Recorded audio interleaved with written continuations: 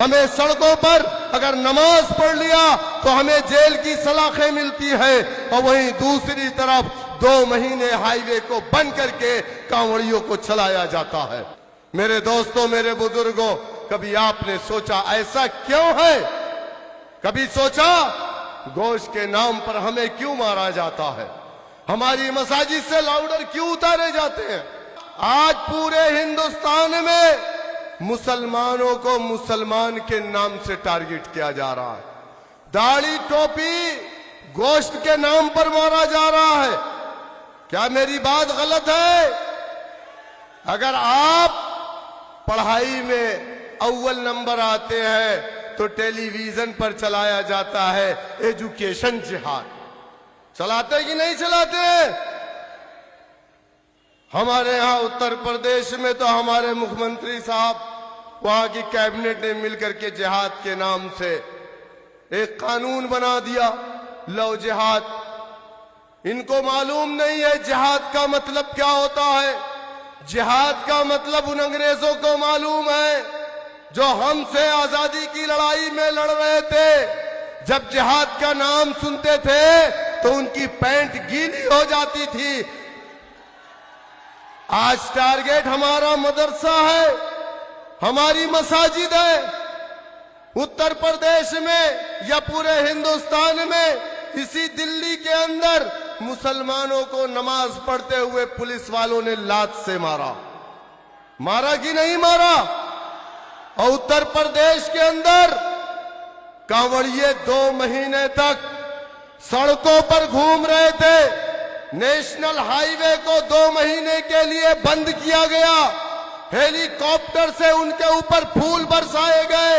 अधिकारी उनके पैर में मरहम लगाते थे, उनके पैर को दबाते थे। और कौन कांवड़िए? जो शराब के नशे में, चरस के नशे में, गांजे के नशे में लोगों की गाड़ियों को तोड़ रहे थे। उनसे उन्हें मोहब्बत है। और जिसने इस देश को बनाया है, जिसने इस देश की आजादी के लिए अपने मसाजिद से, अपने मदारिस से जिहाद का फतवा दिया है, इन बीजेपी वालों को उससे नफरत है। डरना नहीं है, घबराना नहीं है। तूफानों से आंख मिलाओ, सैलाबों पर वार करो, मल्लाहों का चक्कर छोड़ो, तैर के दरिया पार करो। हमारी मसाजिद से लाउडर क्यों उतारे जाते हैं? क्या ये बात गलत है कि 24 घंटे कीर्तन होते हैं? एक नहीं, 4-4, 5-5 लाउडर लगाए जाते हैं। लेकिन हमने कभी एतराज नहीं किया, जबकि सुप्रीम कोर्ट की गाइडलाइन है सुबह 6 बजे से रात 10 बजे तक। उसके बाद किसी तरीके का कोई लाउडर नहीं बजाया जा सकता। बावजूद उसके 24 घंटे हमें कोई एतराज नहीं है, वो भी हमारे भाई हैं। लेकिन हमें एतराज नहीं है तो फिर तुम्हें क्यों एतराज है? इस देश में 2 तरीके के कानून हैं। एक कानून हमारे लिए इस्तेमाल किए जाते हैं, जिस कानून में हमें सड़कों पर चलने की इजाजत नहीं। हमें सड़कों पर अगर नमाज पढ़ लिया तो हमें जेल की सलाखें मिलती है। अल्लाह ने कुरान में फरमाया, कुलिल्लाहुम्मा मालिकल मुल्क तूतिल मुल्क। अल्लाह जिसको चाहता है दुनिया के अंदर हुक्मरान बनाता है। अल्लाह ने दुनिया में फिरौन, नमरूद, शद्दाद, कारून को हुक्मरान बनाया। बनाया कि नहीं बनाया? लेकिन यूसुफ अलैहिस्सलाम को भी कुएं से निकाल करके मिस्र का बादशाह बनाया कि नहीं बनाया? मेरे दोस्तों, मेरे बुजुर्गों, कि जमीन के नीचे से खंडर जरूर निकलेगा, जमीन के नीचे से खंडर जरूर निकलेगा, हमारे नाम का पत्थर जरूर निकलेगा। जमीने, अरे बात तो पूरी होने दो यार। हमारे नाम का पत्थर जरूर निकलेगा। जमीने हिंद की तह को कुरेद कर देखो, मेरे बुजुर्गों का भी सर जरूर निकलेगा। मेरे दोस्तों, मेरे बुजुर्गों, किसी ने कहा कि किसी कौम को मारना है तो उसके हाथ से सिर्फ कलम छीन लो, वो कौम मर जाएगी। और एक प्री प्लान मुनज़्ज़म मंसूबाबंद साजिश के तहत हम मुसलमानों के साथ यही हुआ। हिंदुस्तान की तारीख गवाह है इस बात की कि 75 सालों में हमने अपना डंडा झंडा अपना नेता नहीं बनाया। आजादी के बाद लखनऊ के अंदर रिफाए आम क्लब में 1947 में दिसंबर के महीने में एक कन्वेंशन बुलाया गया और कहा गया है, मुसलमानों, मुल्क वतन अजीज आजाद हो गया है, तुम अपना कोई सियासी लीडर मत बनाना, तुम अपना डंडा अपना झंडा अपना नेता नहीं बनाया। इस देश के अंदर 2 सियासी पार्टियां हैं, एक कांग्रेस एक मुस्लिम लीग, लेकिन ए मुसलमानों, मुस्लिम लीग तुम्हारी पार्टी नहीं है।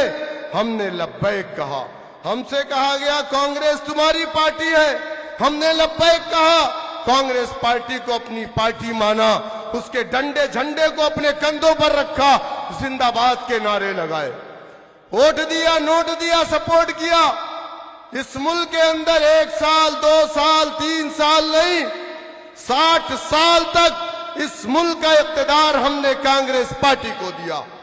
लेकिन क्या ये बात सच नहीं है, जब हमारा मुल्क आजाद हुआ इस देश के अंदर मुसलमान सरकारी नौकरियों में 30% से ज्यादा था, लेकिन आज सरकारी नौकरियों में मुसलमान 1% नहीं है। बहुत सारे विभाग ऐसे हैं जिसमें आप 0 है, वहां पर आपको सरकारी नौकरी नहीं। कभी आपने सोचा ये 2 तरीके के कानून क्यों है? इसलिए है क्योंकि इस देश में आपने अपना कोई पॉलिटिकल प्ले, जिस समाज के पास अपना डंडा अपना झंडा अपना नेता अपनी पार्टी नहीं होती है, उस समाज को जमहूरियत में जमहूरी मुल्क में इंसाफ नहीं मिलता।